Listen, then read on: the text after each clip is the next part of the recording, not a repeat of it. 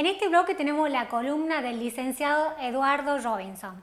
Empezando ya con la serie de columnas exclusivas que va a tener el licenciado Eduardo Robinson con nosotros en el programa.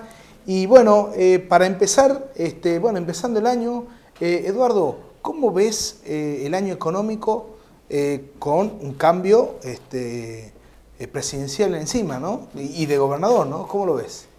Bueno, por supuesto, 2015 es un año particular porque se ha ido sumando un deterioro de la macroeconomía que empieza a tener algunas consecuencias ya mucho más visibles. El más visible de todos estos signos es claramente la recesión y la inflación. Y por supuesto el condimento que vos marcás, que es un año electoral, un año de fin de ciclo, digamos, de estos 12 años donde la gestión se ha ido sucediendo.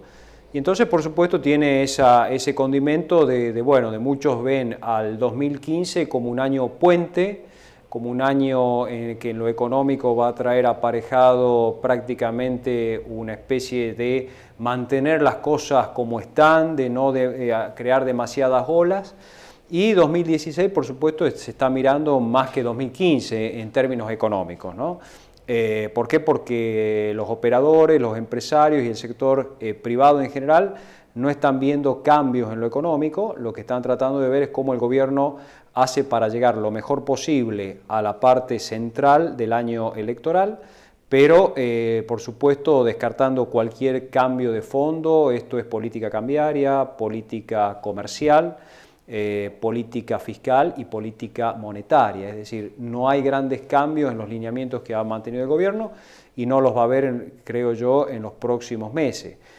Tuvimos un comienzo de 2015 similar a lo que fue el último trimestre del año pasado, con el hecho de que el gobierno ha optado claramente por pisar las importaciones. El cuello de botella cambiario obliga a que el gobierno haya restringido las importaciones, con las consecuencias que eso trae a nivel recesivo, ¿no es cierto? Exactamente, eso te quería preguntar justamente, ¿cuánto más podemos aguantar con ese pisada de importaciones? El gobierno está jugado a, primero, en todo caso, esperar hacia fines del mes que viene, del mes de marzo, donde básicamente empiece la liquidación de la cosecha gruesa. Y por supuesto eso le da oxígeno por 90 a 100 días. Y a partir de allí va a venir ya lo que es la parte central de las elecciones y eso es lo que está buscando, financiamiento, alternativa de financiamiento, con el condicionante que tiene todo lo que tiene con los holdados, ¿no es cierto? Pero entonces, toda esta situación de las importaciones, ¿por qué carecemos de dólares suficientes ahora? Pero ponemos en riesgo todo lo que es el sistema productivo. Es que hay que optar. Si no tenés la cantidad de dólares, o bien devaluás, o vas al financiamiento externo, o lo que está optando el gobierno, que es por inflar un poquito la demanda a través de consumo, jugándose a mantener lo más posible el tipo de cambio. Esto está generando atraso cambiario, y la opción es recesión, es decir, todo junto no vas a poder. Y bueno, acá lo que está claro, al menos en estos primeros meses del 2015, está claro que el gobierno está apostando a sacrificar actividad económica por mantener un equilibrio cambiario hilvanado, con la posibilidad de, en todo caso, ver si se puede financiar internamente o emitir algún bono que trate de pasar por todo lo que tiene que ver con la legislación internacional. A ver, además, básicamente, en los últimos 12 meses tenemos un acumulado de inflación que va del 30 al 35 y tenemos una devaluación oficial que llega a 11%. Es decir, ahí tenemos un atraso de un 22 a un 23, un 24%. Esto es parte de sostener cierta burbuja, de sentirse bien, digamos, y generar un buen nivel de consumo para generar un buen ánimo en las elecciones, ¿no?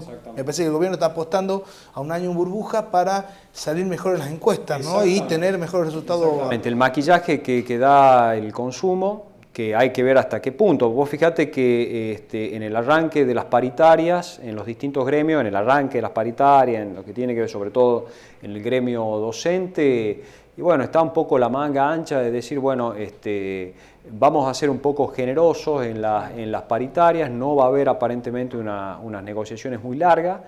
El gobierno está mucho más propenso en todo caso a aceptar lo que propongan los gremios, y con el ancla del tipo de cambio bajar un poco la inflación, obviamente recesivo, un contexto recesivo, y de esa manera impulsar el consumo. Pero eso es una política, por supuesto, inconsistente, macro, que dura pocos meses, a los efectos de llegar lo mejor posible, como te digo, a la parte central de las elecciones. ¿Eso puede durar indefinidamente? No, va a depender de, primero, si Brasil empieza a devaluar más. Acordémonos que Brasil tiene una devaluación muy importante. ¿Qué va a pasar con China? Porque China, por supuesto, se ha desacelerado su crecimiento. ¿Y qué va a seguir pasando con el precio de los commodities? Claramente depende de esos tres pilares la suerte cambiaria interna. Bueno, muy bien, Eduardo, ¿no? Muchas gracias. Bueno, esta ha sido la primera columna oficial dentro del programa Hombres en Negocios, en concepto de insert, lo podríamos decir. Vamos a un corte y ya volvemos.